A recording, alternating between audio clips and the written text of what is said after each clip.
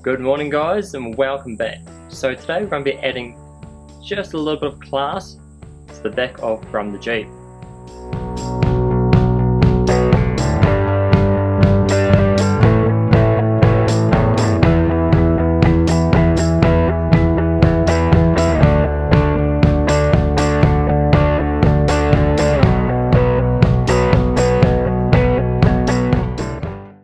So first thing is I'm just going to give it a nice little clean.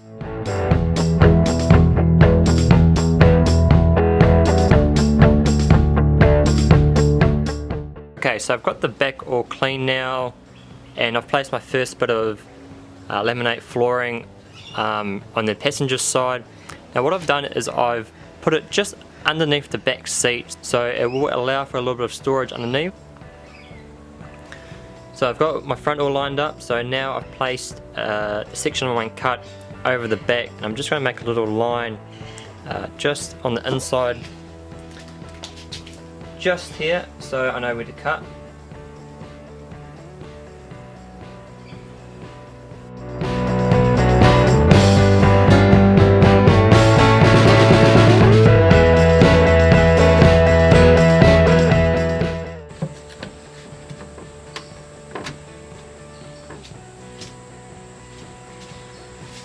So that's the first little piece in, it's looking pretty good. I think I did quite well with a hand cut there.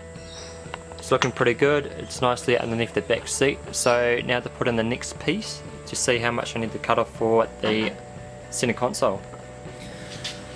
Okay, so now I'm going to mark on the piece of laminate flooring where I need to cut, and also on the timber how far I need to go down.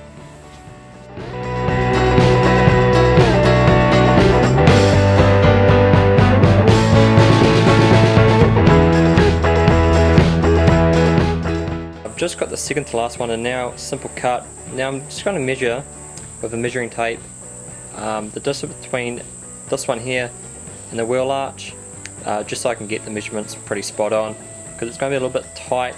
There's a few little bits that stick out, so I probably need to sand different sections of it down, but it shouldn't be too hard.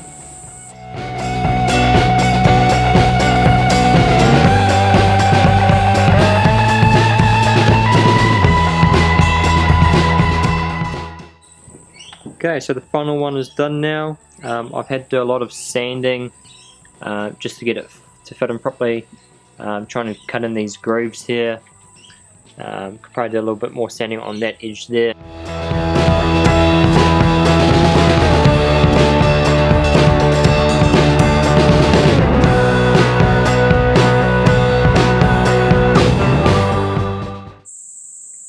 So that's it for today guys. It's a pretty simple install. It probably took me just over an hour.